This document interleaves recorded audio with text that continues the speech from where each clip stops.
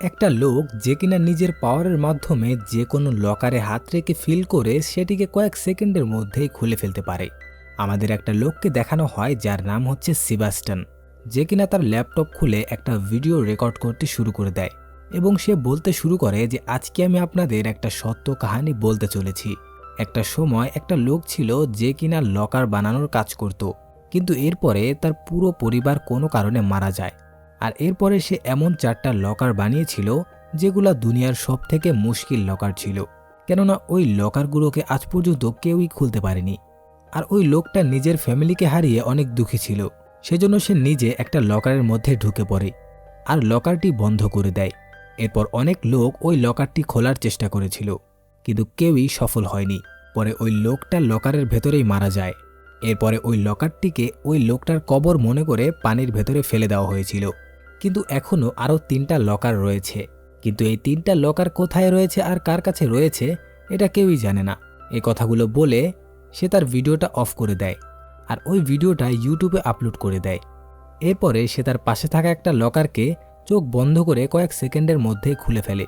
সে সবসময়ই কঠিন কঠিন লকারকে খোলার চেষ্টা করত। হ্যালো এভরিওয়ান, আজকে আমরা কথা বলছি 2021 সালে রিলিজ পাওয়া আর্মি অফ থিভসের কথা।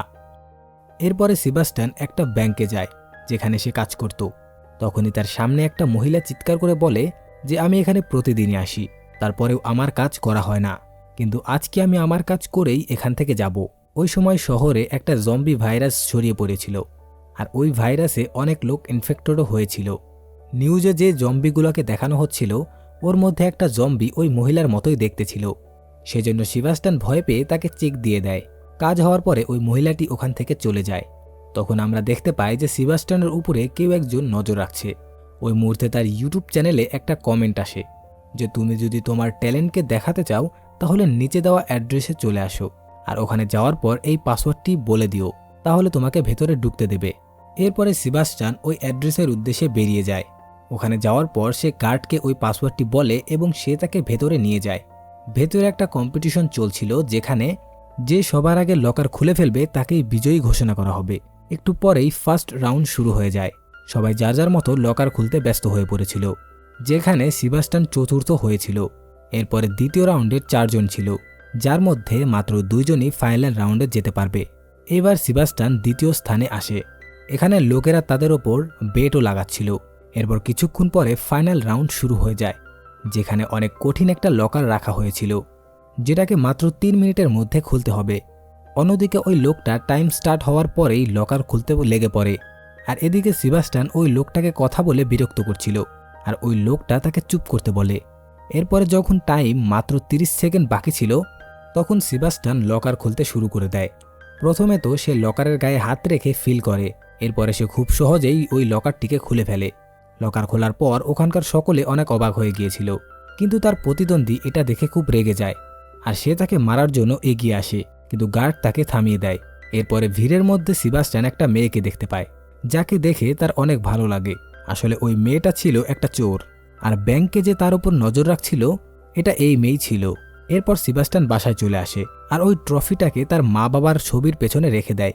পরের দিন যখন সিবাস্টান রেস্টুরেন্টে কফি নিচ্ছিল তখন পেছনে ওই মেয়েটি চলে আসে। হঠাৎ করে ওই মেয়েটাকে দেখে সে চমকে যায় এবং কফি তার গায়ের উপরে পড়ে যায়, কিন্তু সিবাস্টান তাকে দেখে অনেক খুশি হয়ে যায়। ওই মেয়েটার নাম ছিল গুয়েন্টলিন। তখন গুয়েন্টলিন তাকে বলে ইউটিউবে কমেন্ট আমিই করেছিলাম যাতে আমি তোমার ট্যালেন্ট দেখতে পারি। তখন সে তাকে রিভিল করে যে সে হচ্ছে একটা ওয়ান্টেড আর অনেক দেশের পুলিশরা তাকে খুঁজছে। এটা শুনে সিবাস্টান ভয় পেয়ে যায়। তখন গুয়েন্টলিন বলে যে আমার কাছে তোমার জন্য একটা অফার রয়েছে।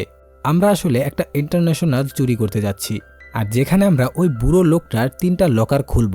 ওখানে ওই লোকটার কথা বলা হচ্ছিল যেটা আমরা মুভির শুরুতে জেনেছিলাম। গুয়েন্টলিন জানায় যে ওই লকারগুলোতে অনেক টাকা রয়েছে। এটা শুনে সিবাস্টান অনেক এক্সাইটেড হয়ে যায়, কেননা তার প্রথম থেকেই ওই 3টা লকার খোলার একটা স্বপ্ন ছিল। গুয়েন্টলিন বলে যে আমাদের টিমে আরও লোক রয়েছে আর আমরা সকলে মিলে এই চুরিটা করব।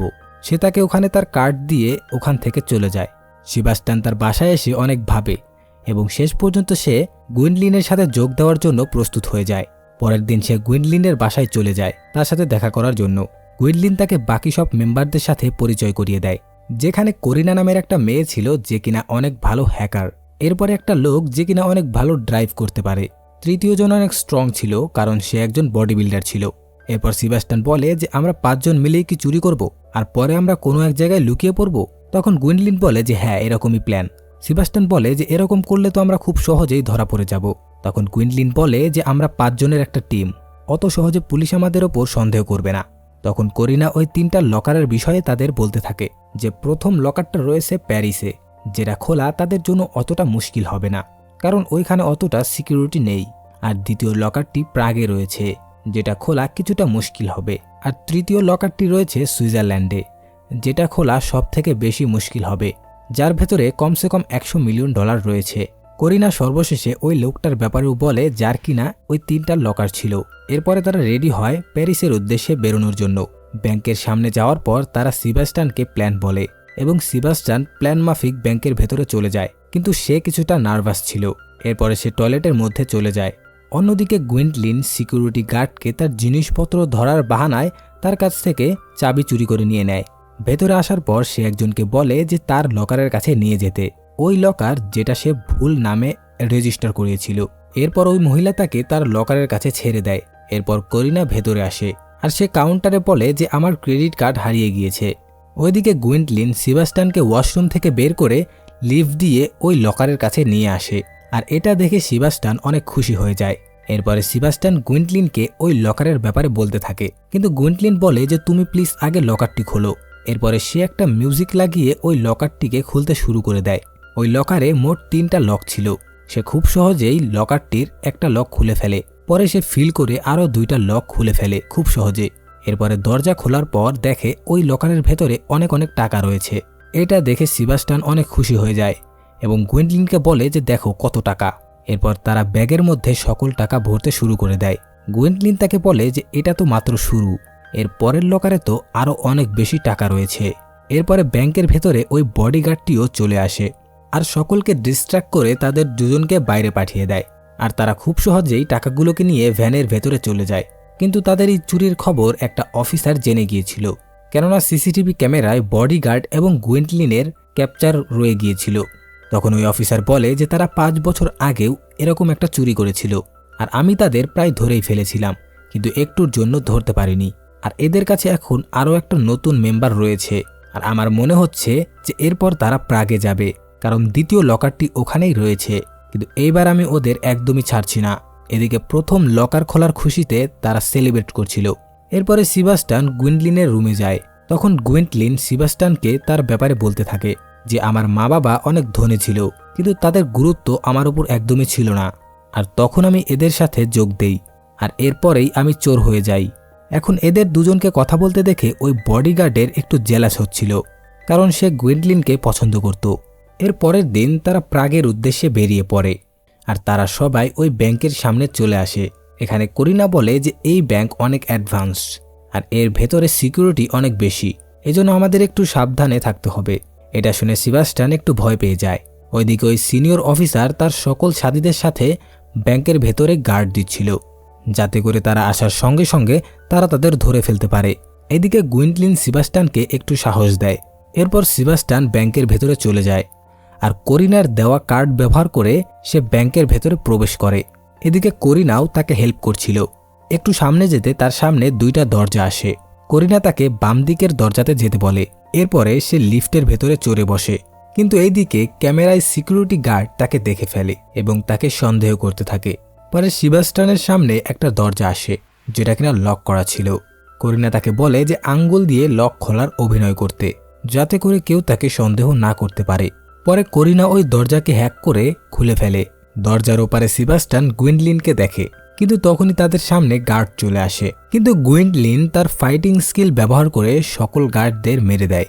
তার ফাইটিং দেখে সেবাস্টিয়ান অনেক অবাক হয়ে যায়। অন্যদিকে গার্ড জেনে গিয়েছে যে এই দরজাটাকে হ্যাক করে খোলা হয়েছিল, সেজন্য তারা সকল দরজা লক করে দেয়। এজন্য করিনা বডি বিল্ডারকে প্ল্যান 2 ইউজ করতে বলে। এরপর ওই বডি বিল্ডার মাস্ক লাগিয়ে ব্যাংকের ভেতরে প্রবেশ করে। এরপরে সে সবাইকে গান দেখিয়ে সবাইকে এক জায়গায় দাঁড়িয়ে থাকতে বলে, আর কাউন্টারে গিয়ে সকল টাকা ব্যাগের ভেতর ভরতে বলে।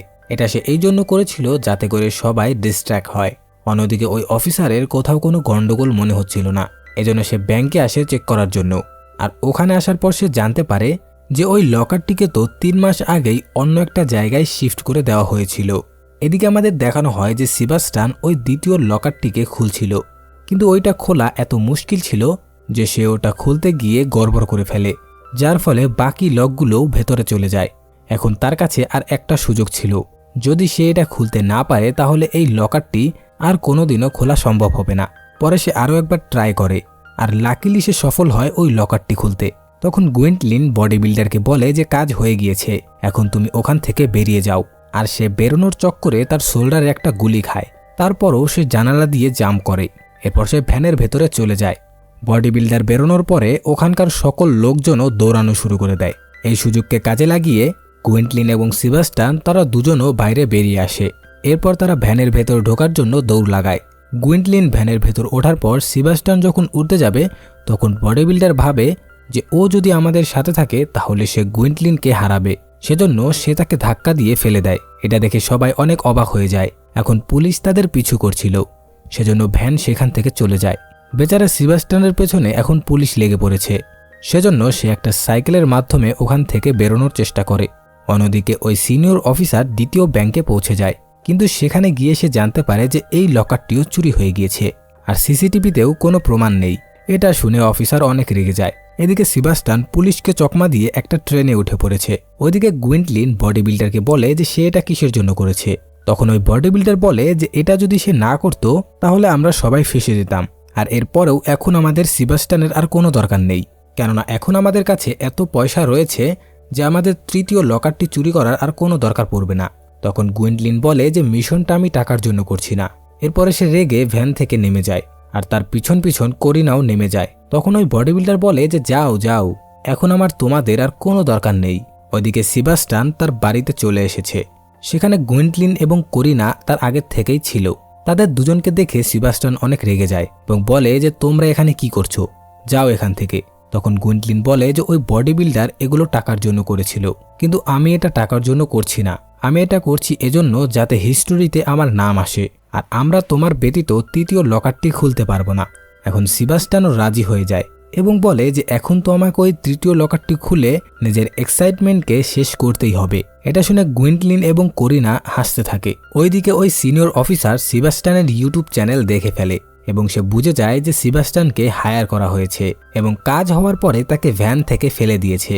সে তার অ্যাসিস্ট্যান্টকে বলে যে আমাদের ওই সেবাস্টিয়ানকে ধরতে হবে, তাহলে আমরা তাদের মাস্টার মাইন্ড পর্যন্ত পৌঁছাতে পারবো। অন্যদিকে তারা সবাই সুইজারল্যান্ডে পৌঁছে গিয়েছে, আর এরই সাথে ওই সিনিয়র অফিসার আগে থেকেই সেখানে ওই গ্যাম্বলিং ক্লাবের বাইরে নজর রাখছিল, কেননা তৃতীয় লকারটি এই গ্যাম্বলিং ক্লাবের মধ্যেই রয়েছে। তখনই একটা অফিসারের কাছে করিনার সিগন্যাল আসে, যেখানে সে বলছিল যে আমরা 5টার সময় গ্যাম্বলিং ক্লাবের ভেতরে যাব। তখন ওই সিনিয়র অফিসার 5টা বাজার অপেক্ষা করছিল, আর যখন 5টা বাজে তখন তারা ভেতরে গিয়ে ম্যানেজারকে বলে যে এখানে যে লকারটা রয়েছে ওটা বিপদে রয়েছে। তখন ম্যানেজার বলে যে আমি জানি, কারণ আপনারাই তো বলেছিলেন। তখন ওই সিনিয়র অফিসার অনেক অবাক হয়ে যায়। তখন ওই ম্যানেজার বলে যে 8 ঘন্টা আগে আপনাদেরই কল এসেছিল এবং বলা হয়েছিল যে লকারটি চুরি হতে চলেছে, এজন্য আমরা ওই লকারটিকে দ্বিতীয় ব্রাঞ্চে পাঠিয়ে দিয়েছি। এখন আমাদের 8 ঘন্টা অতীতের দৃশ্য দেখানো হয়, যেখানে করিনা ওই ম্যানেজারকে কল করে এবং বলে যে আপনাদের লকারটি চুরি হতে চলেছে। সেজন্য ওই ম্যানেজার তার গার্ডদের দিয়ে একটা গাড়ির মাধ্যমে ওই লকারটিকে দ্বিতীয় ব্রাঞ্চে পাঠানোর ব্যবস্থা করে, কিন্তু ওই গাড়ির মধ্যে আগে থেকেই গুয়েন্টলিন ছিল, আর সে ওই গার্ডদের মেরে সে এবং সেবাস্টিয়ান তাদের পোশাক পরে সেখান থেকে চলে যায়। এরপরে সিন আবারও প্রেজেন্টে চলে আসে, যেখানে ওই সিনিয়র অফিসার আরও বেশি রেগে গিয়েছিল এবং সে তার সকল বাহিনী নিয়ে গ্যাম্বলিং ক্লাবের দিকে যেতে থাকে। ওইদিকে গ্যাম্বলিং ক্লাবের বাইরে বডি বিল্ডার এবং ড্রাইভারও ছিল, আর করিনা তাদের লোকেশনও পেয়ে গিয়েছিল যে ওই বডি বিল্ডার এবং ড্রাইভার গ্যাম্বলিং ক্লাবের বাইরে রয়েছে। আর যখন সে এটা মেসেজ করে গুয়েন্টলিনকে জানাতেই যাবে তখনই সেখানে সিনিয়র অফিসার চলে আসে, কিন্তু ভাগ্যক্রমে সে মেসেজটি পাঠিয়ে দিয়েছিল। এরপর সে তার মোবাইলটিকে ফেলে নষ্ট করে ফেলে। অফিসার তার কাছে এসে বলে যে বাকি লোকজন কোথায় রয়েছে তাদের লোকেশন দিতে, আর তাকে ওয়াদাও করে যে তার ভাইয়ের তারা খুব ভালোভাবে খেয়াল রাখবে, কারণ করিনার একটা ভাইও ছিল যাকে সে অনেক ভালোবাসত, আর সে যদি জেলে যায় তাহলে তার ভাইকে দেখার মতো আর কেউ ছিল না। সেজন্য সে তাদের লোকেশন দিতে রাজি হয়ে যায় এবং তাদেরকে গুইন্টলিনের লোকেশনে নিয়ে যেতে থাকে। অন্যদিকে আমাদের দেখানো হয় যে গুইন্টলিন গাড়ি চালাচ্ছিল এবং পেছনে সিবাস্টান লকার খোলার চেষ্টা করছে। এই লকারটা খোলা এই জন্য মুশকিল ছিল কারণ এখানে 7টি লক রয়েছে। এরপর সিবাস্টান মিউজিক লাগিয়ে ধীরে ধীরে লকারটিকে খোলার চেষ্টা করতে থাকে। পরপর সে 6টা লক খুলে ফেলে, কিন্তু যখন 7 নম্বর লকটা খুলতে যাবে তখন একটা বড় মোড় আসে এবং গুইন্টলিন গাড়ি ঘোরায় এবং অনেক জোরে একটা ঝাঁকি হয়। তারপরেও সে কোনো রকমে ওই লকটিও খুলে ফেলে। লক খোলার পরে তাদের দুজনের খুশির কোনো ঠিকানা ছিল না, কারণ তারা 3 নম্বর লকারটিও খুলে ফেলেছে, যেটা কিনা দুনিয়ার সব থেকে কঠিন লকার ছিল। এরপর তারা ভ্যানটিকে একটা জায়গায় থামিয়ে সকল টাকা ব্যাগের মধ্যে ভরে ফেলে। পেছন থেকে ওই বডি বিল্ডার চলে আসে এবং তাদের গান পয়েন্ট করে সকল টাকা দিতে বলে, কিন্তু গুইন্টলিন তাকে টাকা দিতে মানা করে দেয়। এজন্য সে সিবাস্টানকে গুলি করে, কিন্তু তার বন্দুকে একটাও বুলেট ছিল না। এজন্য গুইন্টলিন তাকে গান পয়েন্টে নিয়ে বলে যে আমার আগের থেকেই তোমার উপর সন্দেহ ছিল, সেজন্য আমি তোমার বন্দুকে কোনো গুলিই দেইনি। এরপর তাদের দুজনকে ভ্যানের সাথে বেঁধে তাদের গাড়ি নিয়েই ওখান থেকে তারা চলে যায়। তাদের যাওয়ার পরপরই সেখানে সিনিয়র অফিসার চলে আসে আর ওই বডি বিল্ডার এবং ড্রাইভারটিকে অ্যারেস্ট করে ফেলে। অন্যদিকে গুইন্টলিন এবং সিবাস্টান একটা বোট নিয়ে পালানোর চেষ্টা করছিল, কিন্তু আনলাকিলি সেখানে ওই অফিসারটি চলে আসে এবং তাদের গান পয়েন্ট করে। গুইন্টলিনও তাকে গান পয়েন্ট করে এবং তাকে টাকার লোভ দেখায়, কিন্তু সিনিয়র অফিসার তাকে মানা করে দিয়ে বলে যে আমি তোমাদের 5 বছর ধরে ধরার চেষ্টা করছি, আর তোমাদের ধরলেই আমার সব থেকে বড় জয় হবে। এখন আর কোনো রাস্তা না থাকায় গুইন্টলিন অফিসারকে বলে যে আমি নিজেকে স্যারেন্ডার করব, কিন্তু সিবাস্টানকে ছেড়ে দিতে হবে, কারণ সিবাস্টান নির্দোষ, ওর কোনো দোষ নেই আর ও কোনো ক্রিমিনালও নয়। এতে অফিসারও রাজি হয়ে যায়, কিন্তু সিবাস্টান তাকে একা রেখে সেখান থেকে যেতে চায় না। তখন গুইন্টলিন তাকে বলে যে তুমি এখান থেকে চলে যাও, আমি যখন জেল থেকে বের হব তখন আমি সোজা তোমার কাছে চলে যাব। এরপর সিবাস্টান রাজি হয়ে যায় আর ওই বোটটা নিয়ে সেখান থেকে চলে যেতে থাকে, আর অফিসার গুইন্টলিনকে অ্যারেস্ট করে ফেলে। সিবাস্টান ব্যাগের মধ্যে তাদের পাসপোর্ট দেখতে পায়, যেগুলা গুইন্টলিন তাদের জন্য বানিয়েছিল। এটা দেখে সিবাস্টানের গুইন্টলিনের সাথে কাটানো সকল মুহূর্ত ভেসে উঠতে থাকে। আর এরপরে এখানে সিন কাট হয়ে যায়। এরপর আমাদের ক্যালিফোর্নিয়ার একটা দৃশ্য দেখানো হয়, যেখানে সিবাস্টান গুইন্টলিন সেফস অ্যান্ড লক নামের একটা দোকান খুলেছিল। আর তখন তার কাছে 2টা লোক আসে এবং তাকে একটা লকারের ম্যাপ দেখিয়ে বলে যে সে কি এটা খুলতে পারবে কিনা। আর এই মিস্টেরিয়াস এন্ডিং এর সাথে আজকের আমাদের এই মুভিটি এখানেই শেষ হয়ে যায়। কেমন লাগলো আজকের আমাদের এই মুভিটি কমেন্টে জানাতে ভুলবেন না। আবারও দেখা হচ্ছে নতুন কোনো ভিডিওতে। সবাই ভালো থাকবেন। আল্লাহ হাফেজ।